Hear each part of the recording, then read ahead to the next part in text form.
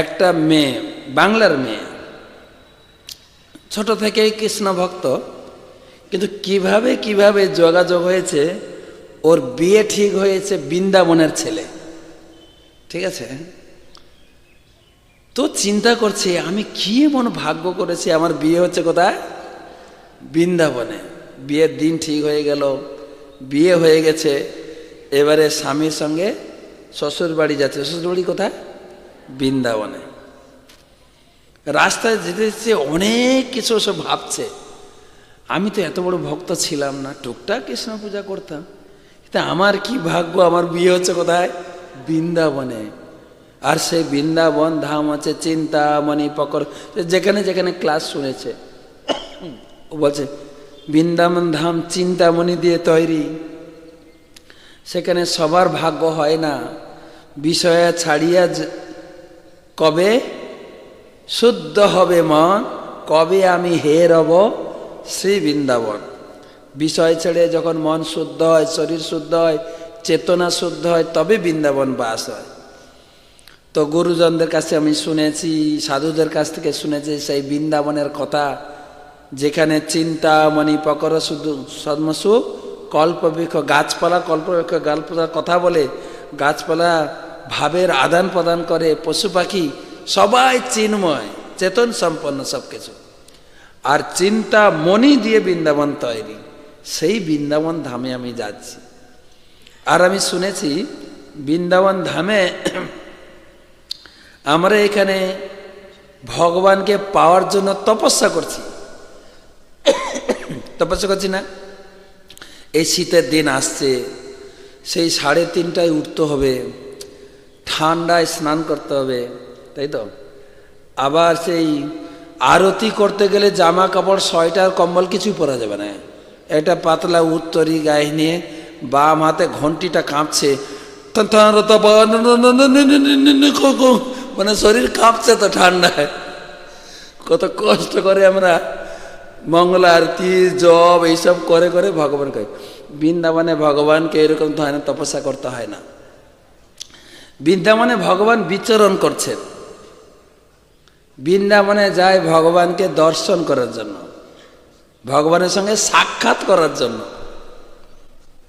ও শুনেছে, আমি শুনেছি ভগবান বৃন্দাবনে বিচরণ করছেন। ভগবান যেরকম রূপ গোস্বামী পাদ বলেছেন, একটা গান আছে ভক্তি গীতিতে, যেও না বৃন্দাবনের সকাশ, বন্ধু সঙ্গে অবতব রঙ্গ পরিহাস। যদি বন্ধু বান্ধব, রূপ গোস্বামী পাদ লিখেছেন, ওই গানটার অনুবাদ করেছেন মানে ভক্তিবিনোদ ঠাকুর, নাকি ভক্তিবিনোদ ঠাকুর।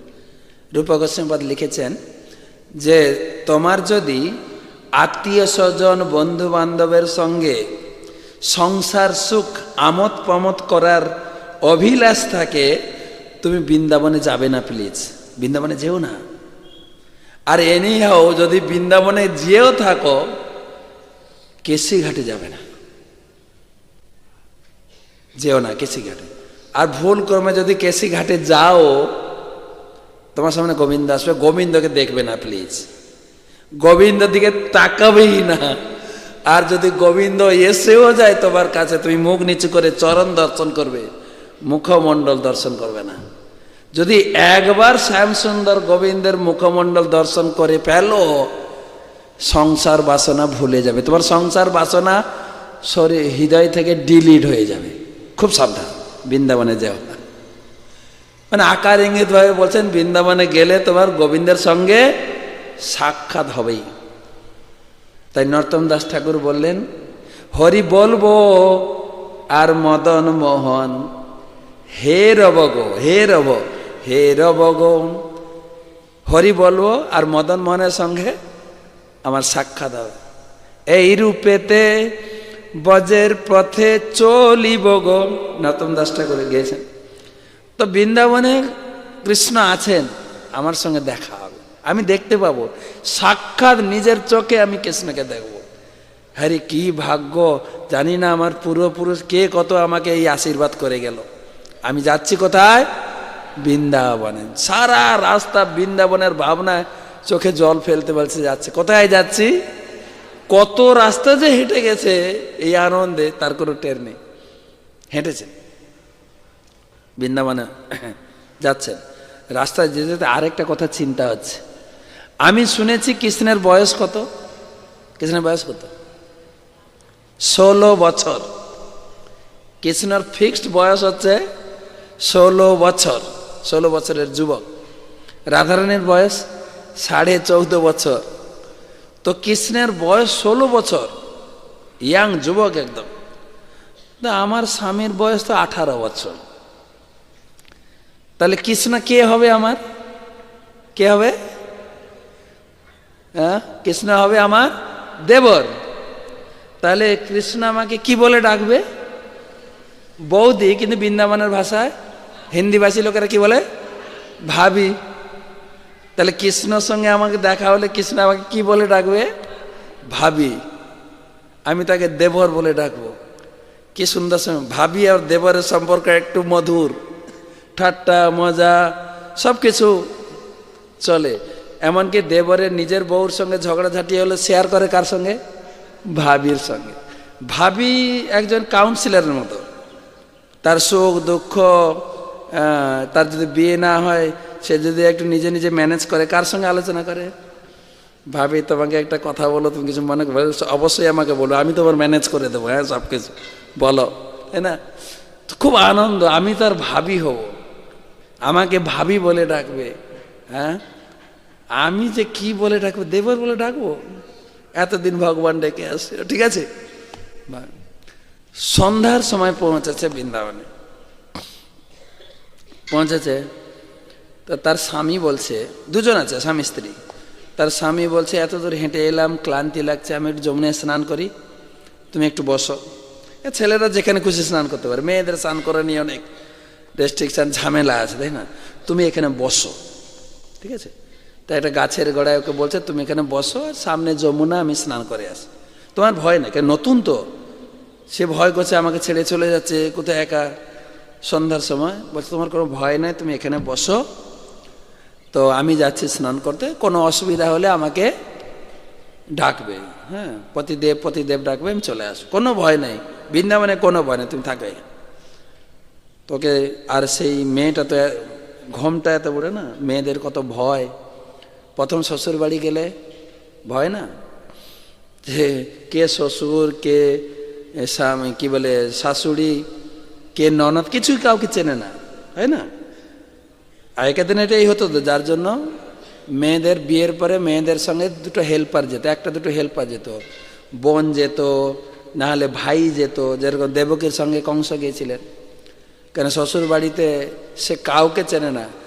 সে বড় হয়েছে বাপের বাড়িতে 20-25 বছর, এবং তাকে একটা অজ্ঞাত পরিবেশে ফেলা হচ্ছে। সে জানেই না বাড়ি কোথায়, বাড়ির দরজা কোথায়, বাথরুম কোথায়, খাট কোথায়, বিছানা কোথায়, কিচ্ছু চেনে না। আর কাকে যে জিজ্ঞাসা করবে, কে যে কি ফুট করে বলে দেয়, কালচার জানো না কীভাবে কথা বলতে হয়, বলে না? শ্বশুর বাড়িতে একদম থর করে কাঁপে সব। আর তারপরে হচ্ছে শ্বশুর শাশুড়ি আর ননদ, ওরে বাপরে বাপ। শাস্ত্রে বলা হয়েছে না, শাশুড়িকে বলা হয়েছে জটিল, আর ননদকে বলেছে কুটিল। দুটোই সত্যিকারে জটিল আর কুটিল, ঠিক আছে।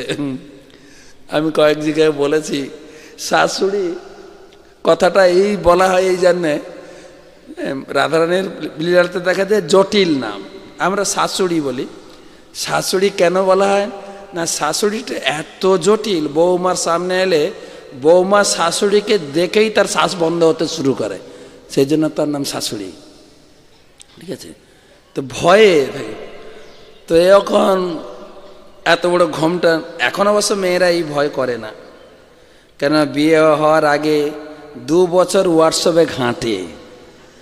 ওকে, হ্যাঁ, কয়েকদিন আগে একটা মেয়ের বিয়ে হচ্ছিল, ও বিয়েতে আসতে পারিনি। আমি ছোটো থেকে ওকে ভালোবেসে এসেছি, তুমি না এলে বিয়ে করবো না। আমি যে ওই তারিখে আমি থাকবো না, তো এতে আসো বউ ভাতে। আমি বলছি তুই একটা ছটপটে না, একটু শান্ত হ, শ্বশুর বাড়ি যাচ্ছি। বলছি কেন শান্ত হওয়ার কী আছে, আমি যেরকমটি ওরকম থাকবো। মানে তুমি এরকম কেন বলছো? আমি তো শ্বশুর বাড়ির শাশুড়ি কি বলবে? আরে দূর, আমি ম্যানেজ করে নিয়েছি। ডেলি আমার সঙ্গে রাত্রে কথা। আর জানো, দুবার গিয়ে রান্না করে শাশুড়িকে খাইয়েস। আমি তো তাই নাকি? এখন অবশ্য সঙ্গে কেউ না গেলে চলে। তো ওই মেয়েটা নতুন জায়গায়, কেউ আমাকে চেনে না, ঘোমটাটা শক্ত করে বসে আছে ভয়ে। কেননা কেউ যদি মুখ দেখে ফেলে, শ্বশুর বাড়ির লোকেরা অভিযোগ দেবে না, দেখো বউ কিরম মুখ খুলে ঘুরে বেড়াচ্ছে, হ্যাঁ বেপরুয়া মেয়ে কোথাকার এসে, বলে না? এখন এসব লাগে না, এগুলো চিন্তা করবো, এগুলো আগেকার, এগুলো মানে ব্যালেন্স করতে পারবেন না। হ্যাঁ, ঘোমটা তুলে বসে আছে জোর করে, কেউ যদি দেখে ফেলে। আর যেই স্বামী চলে গেছে একটু দূরে স্নান করতে, আওয়াজ আসছে, ভাবি, ও ভাবি, ভাবি। ওই ভাবি নাম শুনে ও আরো ভয় খেয়ে গেছে। এখানে তো আমাকে কেউ চেনে না, কেউ দেখেও নি। কে কে ভাবি বলছে? কে? সে যত ভাবির নাম শুনে তত আরো ঘোমটাটাকে আরো শক্ত করে ধরছে।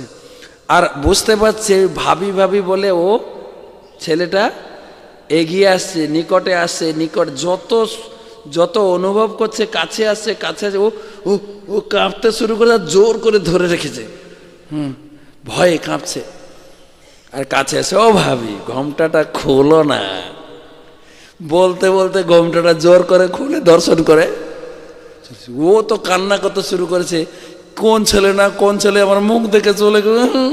ও কান্না করতে শুরু করেছে। কিছুক্ষণ পরে স্বামী স্নান টান করে ফিরেছেন, দেখছে ও কাঁদছে আর কাঁপছে। তাই, কি হলো তোমার, কি হয়েছে? একটা ছেলে এসে ভাবি ভাবি বলে এসে আমার জোর করে ঘোমটা টেনে মুখ দেখে পাড়ে গেছে, কান্না করছে আর বলছে, বুঝছি একটা ছেলে এসে তোমার ঘোমটা খুলেছে, মুখ দেখে চলে গেছে। কোন দিকে গেল? এই দিকে গেছে। বলছে ঠিক আছে, কান্না করো না, বৃন্দাবনটা খুব একটা বড় জায়গা না, আমি ওকে খুঁজে বের করবো। কে এমন বদমাস ছেলে, মজা করার জায়গা পায় না, দেখছি, তুমি কান্না করো না। বউকে সান্ত্বনা দিয়ে বা একটু বকাবকি করে, দেখে নেবো তোমাকে, এরকম উল্টো পাল্টা কাজ করো, দেখছি তোমাকে। আচ্ছা ঠিক আছে, শান্ত চলো চলো। এবারে ঘরে গেছে, শাশুড়ি ওদেরকে রিসেপশন করেছে, এসো মা লক্ষ্মী পোষো, ঘরে আছে না। করার পরে ওরা স্বামী স্ত্রী অনেক দিন সংসার করেছে।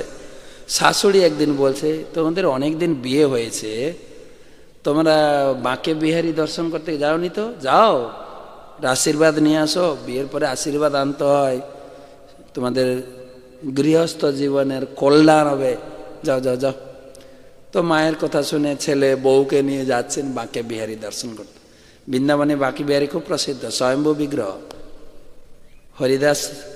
হরিদাস ঠাকুর না, হরিদাস দাসের কাছে তার গানে প্রভাবিত হয়ে দর্শন দিয়েছেন, জাগ্রত বিগ্রহ খুব। তো তার ঝলক দর্শন হয়। তো স্বামী স্ত্রী দুজন গেছে, তখন স্বামীটা বলছে স্ত্রীকে, তুমি মেয়েদের লাইনে যাও, তুমি দর্শন করে আসো, আমি আমাদের পুরুষদের লাইনে গিয়ে দর্শন করে আসি। তো এই ছেলেটা দর্শন করে ফিরে এসছে, বউ আসবে, বউকে নিয়ে বাড়ি ফিরবে, বউ আর আসছে না। কোথায় গেল এতক্ষণ? সবাই দর্শন করে চলে আসছে, কোথায়? আর ওকে যেখানে ছেড়ে দিয়ে এসছে, ওকে দেখছে সেটা গেল কোথায়? তো খুঁজতে খুঁজতে দেখে যেখানে ছেড়ে দিয়ে এসছে ওর আর একটু এগিয়ে ঘোমটা ধরে দাঁড়িয়ে আছে। কেউ যদি মুখ দেখে ফেলে, আর এগোচ্ছেই না। তো ওর স্বামী, যাই এখানে দাঁড়িয়ে আছো কেন, দর্শন করো। জোর করে নিজের স্বামী ঘোমটাটা খুলে দিয়েছে, এই দেখো দর্শন করো।